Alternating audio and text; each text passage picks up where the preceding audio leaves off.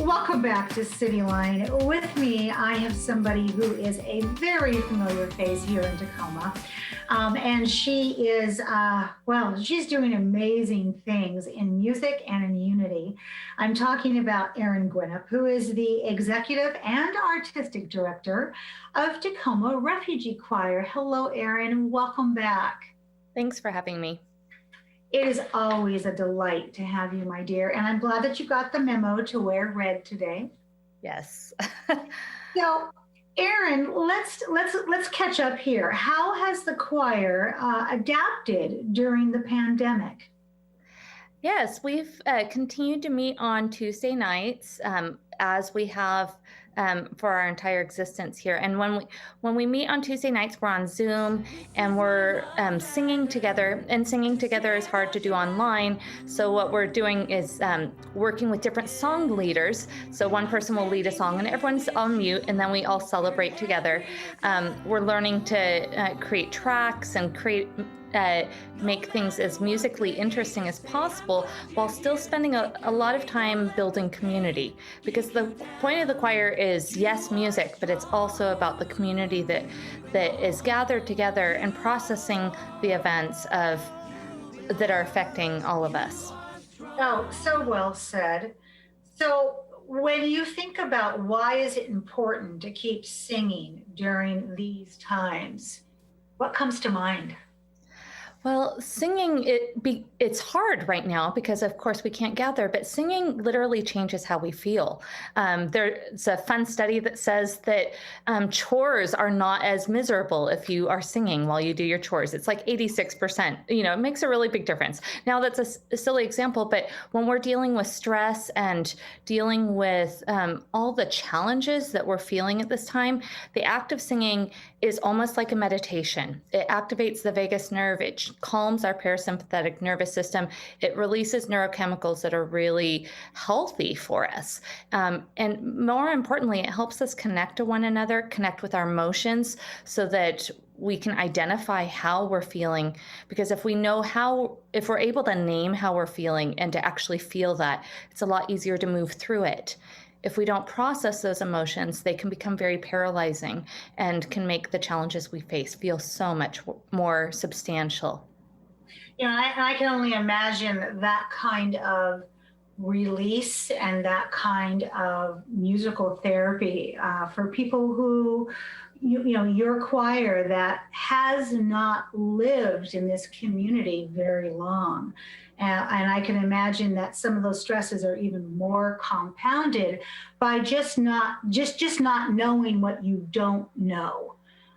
So to have the ability to get together as a family and sing, it feels like a balm for my soul.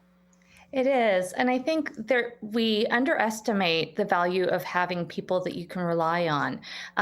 We have a member of the choir who had uncertain status for 19 years. 19 years of not knowing whether they were going to be able to stay in this country, which makes the pandemic feel pale in comparison, right?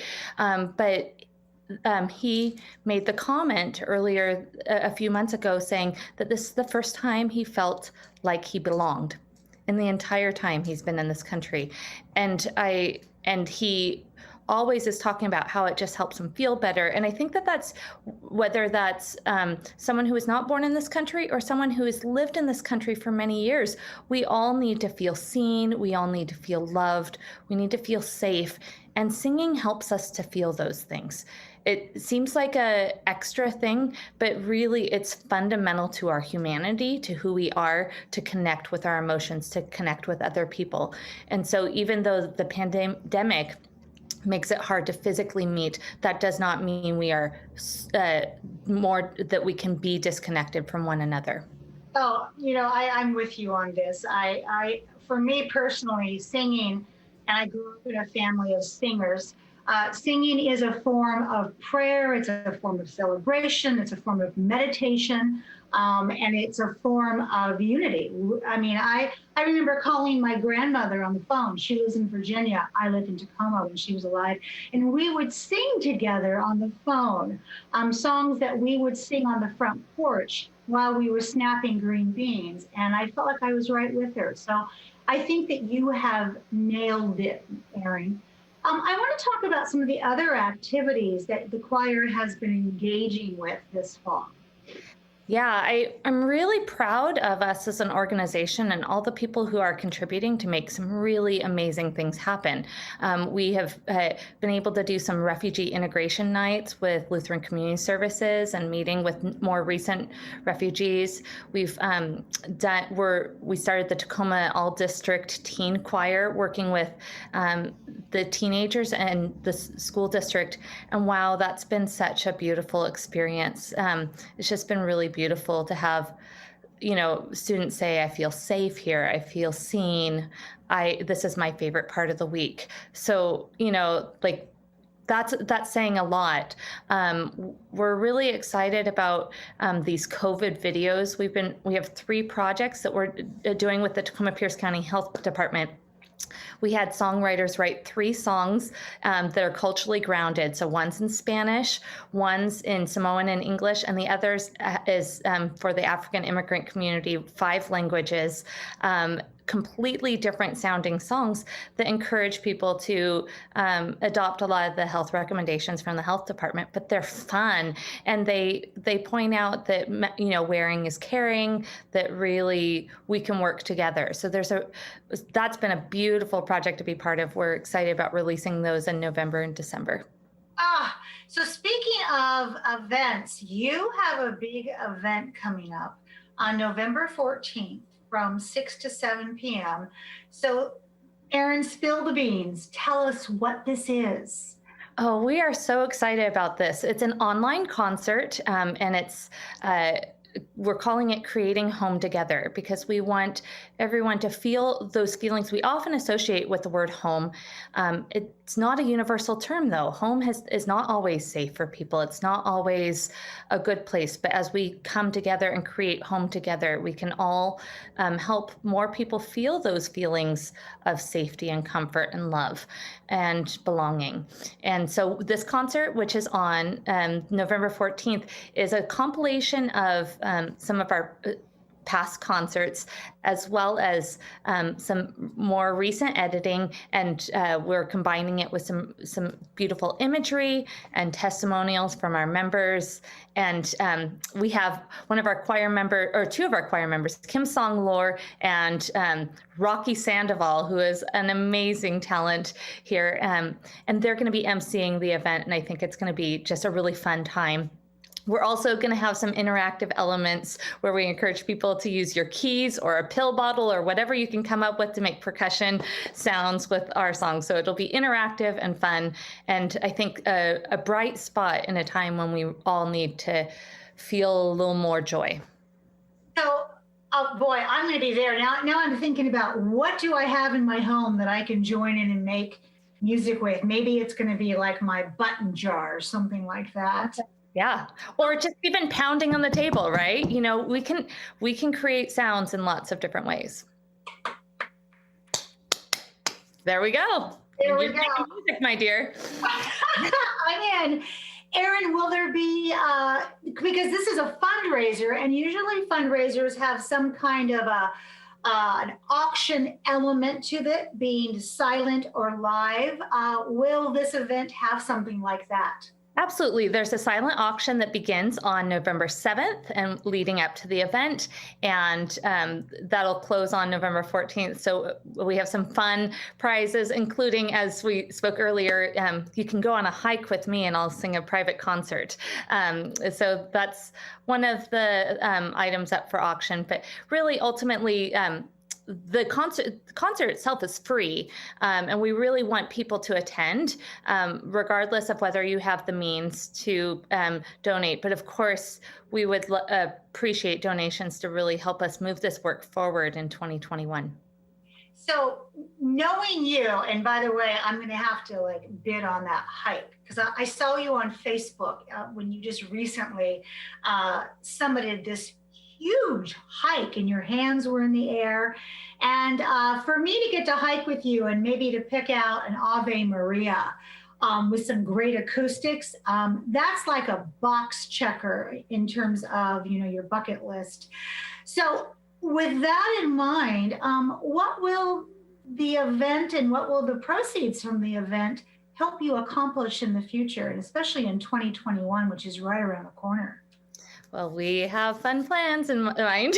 So, one of the exciting ones is we've come across a plan to hopefully start singing in person using microphones, FM radio, and cars as bubbles. So, we're really hoping to be able to get the equipment and the personnel to be able to run the system. We have clearance from the health department to do this. So, we're really excited about hearing each other again. That's one of the big pieces. We're hoping we're starting a music therapy program. So in December, we have a free class we're offering called Healing the Holiday Blues Through Music, which will be open to anyone in the community who wants to use music to calm the anxieties or mourning or challenges that we face through the holiday season. And we're hoping to continue that program in 2021. Of course, the teen choir has, we're only 2 months into it, but it's clear that there's a demand for this. So we're hoping to expand that program, especially when we can start meeting in person again. We have plans for a really extensive youth program that we'd like to develop. And we would, of course, like to record more of our songs so that everyone can have access to these really beautiful stories that our members are writing. Oh, you know, you have a beautiful ability to forecast and then follow through with it, and then all of us get to revel in your organization because it's such beautiful art. Speaking of that, this is airing on November 5th. We just finished an election night where you had, albeit a very small rehearsal, as you told me. Can you share with our audience, given that you met at 7 o'clock that night, there was a handful of choir members there, what was the conversation like in terms of them understanding how our Constitution plays out every 4 years? Yeah, I wasn't quite sure what we would get last night. I was prepared for a lot of anxiety or like very like fighting spirit maybe or but everyone who came, we had about 12 members who came last night. There was a desire to connect with one another and just we started a conversation talking about cultural differences, and it became a really beautiful conversation about respect and respecting other people's differences of opinion, and that as we respect each other's differences, that's how we feel humanity. And it's really hard to treat someone cruelly if you can see their humanity. It was interesting because it was the last thing, it was not what I anticipated, but it became this very peaceful setting. We ended up singing all very peaceful songs. And by the end of the night, my own anxiety had dissipated. And I think we all felt this keen sense of peace, that regardless of what happens around us, that our relationships with one another can sustain each other through no matter what we face. Oh, that is so beautiful. I mean, that is therapy right there in the most purest musical form. So, Erin, how can people attend this event on November 14th via virtual? And then who do you need to thank? Absolutely. So we are encouraging people to pre-register, but there's no fee. You can go to refugeechoir.org, and if you register by November 9th, you'll get a party packet in advance of the event, which is extra fun. But you'll receive instructions on how to sign in. It'll be broadcast on YouTube and Facebook Live, and we hope that lots of people will tune in and share the event. We think it's going to be a really special night and an opportunity to come together as a community and say that we want a community that's full of love and that sees all of the members of our community as having value and needed here. And of course, nobody does it alone. And I know that Tacoma Refugee Choir is not a large organization in terms of yourself and your administrative team that makes this happen. So who do you need to thank for this event, my dear? Thank you so much. Yes, we are so grateful to have sponsorships from Group Health Foundation, 3 Arts, Molina Healthcare, and Tacoma Public Utilities and Sound Credit Union, as well as some really wonderful donors who continually support us and help us to do this work that has changed my life and is changing the lives of our members. We are really, truly grateful for everyone who is part of this organization. And I am very grateful for you and for this choir. And it is always a joy and such a gift to have you on this show. So thank you for making time out of your busy schedule, because this event is just a few days away. And so thank you so much for thinking of us. And you and I have a hiking date in our future. I hope so. That would be wonderful. Thank you, Erin. Thank you. Well, that wraps up another great segment of Cityline. It's always a pleasure and a privilege to be in your home. You know, this has been a week of challenges for us, and I want to encourage you to seek unity, to seek peace, to seek self-care, to rest, and to remember to wear your mask and wash your hands, and to socially distance, but don't distance with your heart. And when you complete all of that, when you come back, I'll be waiting for you right here in my kitchen here on Cityline. Take care.